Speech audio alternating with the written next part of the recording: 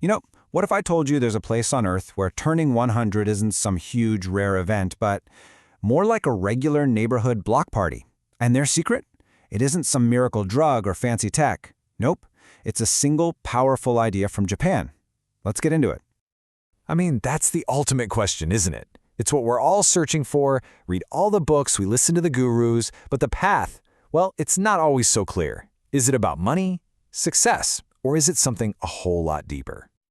Well, it turns out the answer isn't some new age trend. It's actually this ancient philosophy from a place where community, purpose, and just simple joy aren't, just buzzwords. They're the very fabric of daily life. A place where living to be 100 isn't just possible, it's pretty common. So, let's head to Okinawa, Japan.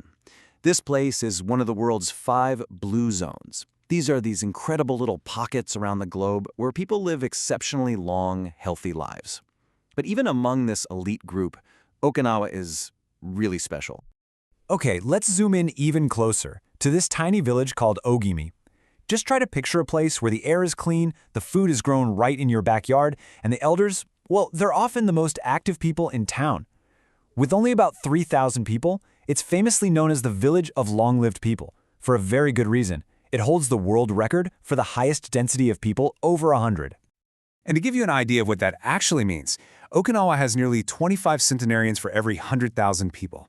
That number absolutely dwarfs the global average. It's not even close. So what in the world is going on here? Is it genetics? The water?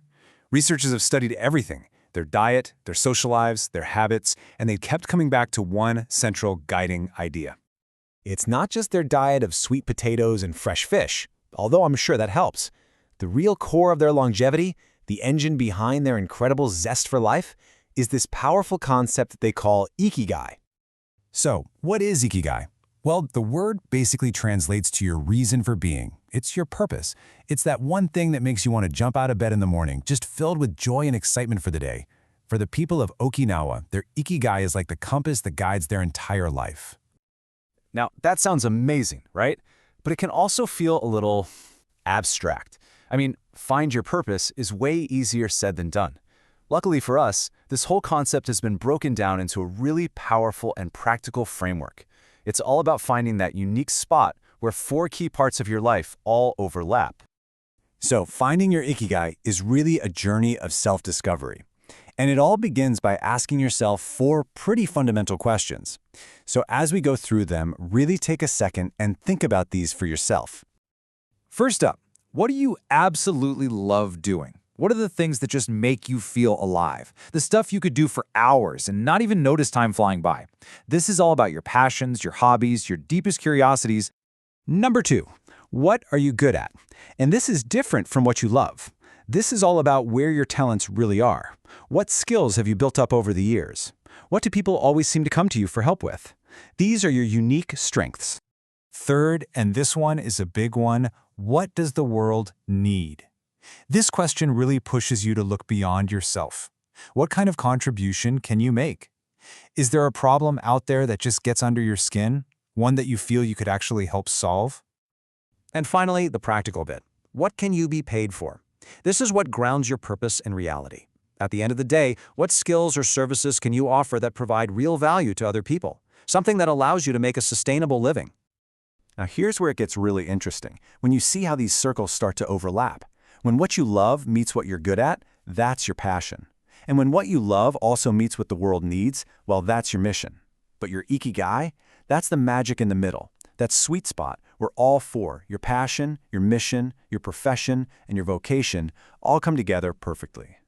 This is where the framework becomes such a useful tool for your own life. Because, let's be honest, a lot of us are living in these almost Ikigai zones, where just one crucial piece is missing.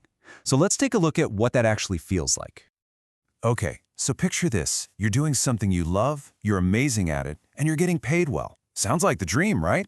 But if it doesn't feel like it's something the world truly needs, you might have that nagging feeling of uselessness. Like, what's the point of it all? Or what about this one? You're pursuing a passion, you're great at it, and the world desperately needs it. This brings this incredible sense of delight and fulfillment. But if you can't get paid for it, you end up with a full heart and an empty wallet. And that's just not sustainable long-term. Now, this one is a really common trap in the modern world. You've got a stable job, you're good at it, it pays the bills, and it serves a purpose. You're comfortable. But if you don't actually love it, you're often left with this profound sense of emptiness, that feeling of, is this really all there is? And finally, maybe you found a mission you love that the world needs, and it actually pays you. That's super exciting. But if you deep down don't feel like you're actually that good at it, that excitement is always paired with this constant sense of uncertainty and insecurity, that classic imposter syndrome. So, finding that center point is definitely the goal. But for the people of Okinawa, Ikigai isn't just a career choice. It's a whole way of life, supported by these daily habits that boost their physical, mental, and social well-being. One of their most important principles is something called harahachibu. It's this ancient mantra they repeat before meals just to remind themselves to eat only until they're about 80% full. Now, this isn't just about dieting, it's about managing their energy. By taking care of their bodies with such intention, they make sure they have the vitality to pursue their ikigai with everything they've got, day after day, for decades. And this idea of mindful living goes way beyond the dinner table. They live by a set of simple but really powerful rules. A huge one is to stay active, don't retire. To them, retirement isn't the goal because their work is their purpose. So why would you ever want to stop doing that? They also make a point to take it slow, rejecting the constant rush that causes so much of our modern stress. They prioritize their friendships every day, they get out in nature, and they just find reasons to smile. The real takeaway here is that Ikigai isn't a single destination you arrive at, it's a whole ecosystem you build for your life, one good habit at a time. So, as we wrap this up, I'll leave you with that same big question, but hopefully with a new way of looking at it. After seeing this framework and the kind of lifestyle that supports it, what could be your Ikigai? What is your reason for getting up in the morning? Because finding that answer, that might just be the secret you've been searching for.